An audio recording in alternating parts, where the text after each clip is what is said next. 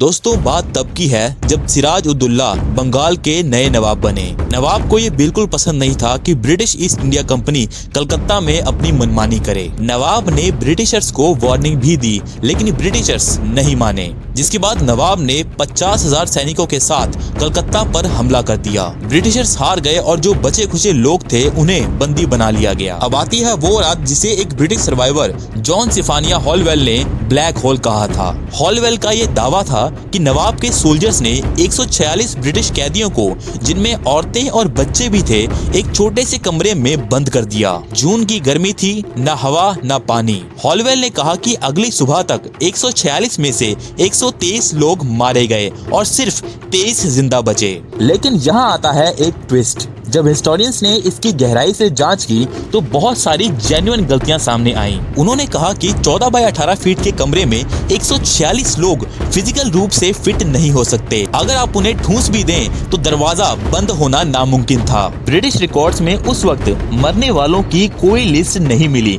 जो कि 123 के फिगर को जस्टिफाई करे। ये भी कहा गया कि नवाब सिराज उद दौला को इस बात की खबर तक नहीं थी। वो तो जीत के बाद सो रहे थे। ये काम उनके नीचे के ऑफिसर्स का हो सकता है, पर नवाब ने ऐसा कोई ऑर्डर नहीं दिया था। ब्रिजेन गुप्ता जैसे बड़े हिस्टोरियंस ने अपनी रिसर्च में ये कहा है कि मरने वालों की संख्या 146 नहीं बल्कि मुश्किल से 15-20 रही होगी, और शायद वो भी जंग में लगे जख्मों की वजह से मारे गए होंगे। तो सवाल ये है कि हॉलवेल ने ये कहानी क्यों बनाई? दोस्तों इसका जवाब सिंपल है, प्रोपेगेंडा।